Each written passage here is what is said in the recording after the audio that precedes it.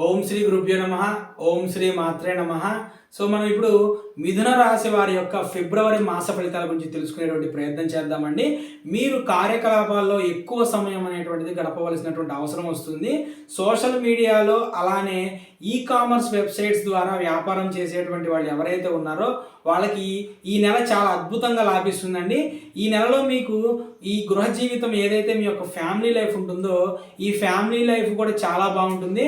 Wife and హస్బెండ్స్కి మధ్య ఇప్పటి వరకు కూడా ఏవైతే చిన్న చిన్న ప్రాబ్లమ్స్ వల్ల సఫర్ అవుతున్నారో వాళ్ళకి ఈ ప్రాబ్లమ్స్ నుంచి రెక్టిఫికేషన్ అనేటువంటి దొరికేటువంటి అవకాశం ఉంటుంది. భార్యాభర్తలతో పిల్లలతో అద్భుతంగా జీవించేటువంటి అవకాశం ఇలా చాలా అద్భుతంగా ఉందండి. అలానే సామాజిక కార్యక్రమాల్లో కూడా ఎక్కువగా చురుకుగా పాల్పంచుకోవడం జరుగుతుంది. దీనివల్ల మీకు సమాజంలో మంచి పేరు గుర్తింపు అనేటువంటి లభిస్తుందండి.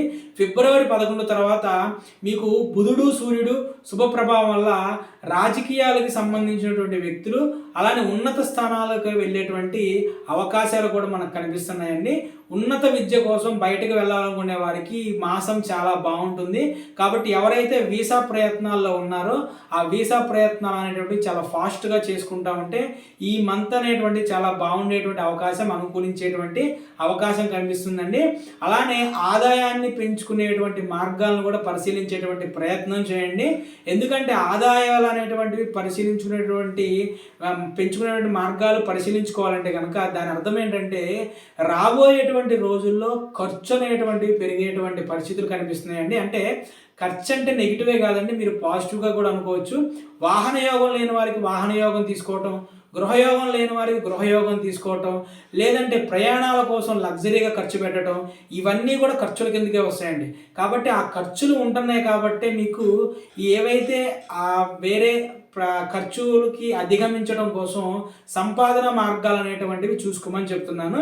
అలానే కళారంగంతో అనుబంధంలో ఉన్నటువంటి వ్యక్తులు మనకి మాసంలో 2వ వారంలో పెద్ద పెద్ద వేదికల ద్వారా సన్మానాలు అనేటువంటివి పొందేటువంటి అవకాశం ఉందండి. దీనివల్ల కూడా వీళ్ళకి మంచి గుర్తింపు పేరు అనేటువంటిది వచ్చేటువంటి అవకాశం ఉందండి. 4వ వారంలో మరియు మీకు 3వ వారంలో మధ్య కొత్త ఉద్యోగాలకి ఎంపిక అనేటువంటివి జరిగేటువంటి అవకాశం కూడా కనిపిస్తుంది. ఇక నెల ప్రారంభంలో మీకు శుభప్రదం కాదండి. కాబట్టి ఫస్ట్ వీక్ అనేటువంటిది ఆచితూచి మాట్లాడటం అనేటువంటిది చాలా బాగుంటుందండి. కాబట్టి కొంచెం జాగ్రత్తగా ఉండేటువంటి ప్రయత్నం చేయండి. అలానే వివాహమైనటువంటి యువకులు ఎవరైతే ఉంటారో వాళ్ళు మీ యొక్క పార్ట్నర్స్ గురించి వేరే వాళ్ళ దగ్గర మాట్లాడటం లాంటివి చేయకుండా ఉంటే చాలా మంచిదండి.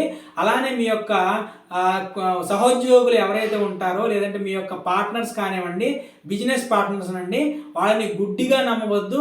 ఇది మీకు భవిష్యత్తు రాబోయేటువంటి రోజుల్లో చాలా ఇబ్బంది పెట్టేటువంటి అవకాశం కనిపిస్తుందండి. అలానే జీతం విషయంలో మీ యొక్క సుపీరియర్స్తో వాగ్వివాదానికి దిగద్దండి. ఎందుకంటే ఇంక్రిమెంట్స్ ప్రమోషన్కి సంబంధించినటువంటి కాలం కాబట్టి దాంట్లో మీకు ఏమైనటువంటి కొద్దిగా నెగిటివిటీ అనిపిస్తే దయచేసి సహనంతో మీరు ఉండేటువంటి ప్రయత్నం చేయండి. అనవసరమైనటువంటి వాగ్వివాదాలకి దిగి ఆ వచ్చేటువంటి డబ్బుల్ని కూడా పోగొట్టుకునేటువంటి లక్షణాలు కనిపిస్తాయి. కాబట్టి చాలా జాగ్రత్తగా ఉండండి. కొత్త వాహనం కొనుగోలు చేసేటువంటి ఆలోచన వస్తుంది. అలానే దానికి అనుగుణంగా కొత్త వాహనం కూడా కొనుగోలు చేసేస్తారండి. కంటి వ్యాధిగ్రస్తులు ఎవరైతే ఉంటారో జాగ్రత్తగా ఉండండి. ఒక కన్ను బాగోకుండా మరొక కన్ను బాగున్న వాళ్ళు ఆ 2వ కన్నుకు కూడా ప్రమాదం జరిగేటువంటి అవకాశం కానివ్వండి, లేదంటే ఆ కన్నుకే మళ్ళా పాత రోగాలు అనేటువంటివి వచ్చేటువంటి అవకాశం కనిపిస్తుంది. కాబట్టి కంటి సమస్యలు కొంచెం జాగ్రత్తగా ఉండండి. అలానే శత్రువు పట్ల కూడా జాగ్రత్తగా ఉండండి. మీరు ఎంత తెలివిగలవారైనా సరే శత్రువు మిమ్మల్ని ఎప్పుడూ ఒక కంట కనిపెడుతూనే ఉంటాడండి. కాబట్టి కొంచెం జాగ్రత్తగా ఉండేటువంటి ప్రయత్నం చేయండి. అలానే మీరు ఏమైనా సరే డాక్యుమెంట్ పరంగా వర్క్ చేసేటప్పుడు దానికి సంబంధించినటువంటి కూడా చాలా జాగ్రత్తగా 1-2 సార్లు డాక్యుమెంట్ అనేటువంటివి జాగ్రత్తగా పరిశీలించుకొని దానిపైన సంతకం చేసేటువంటి ప్రయత్నం చేయండి.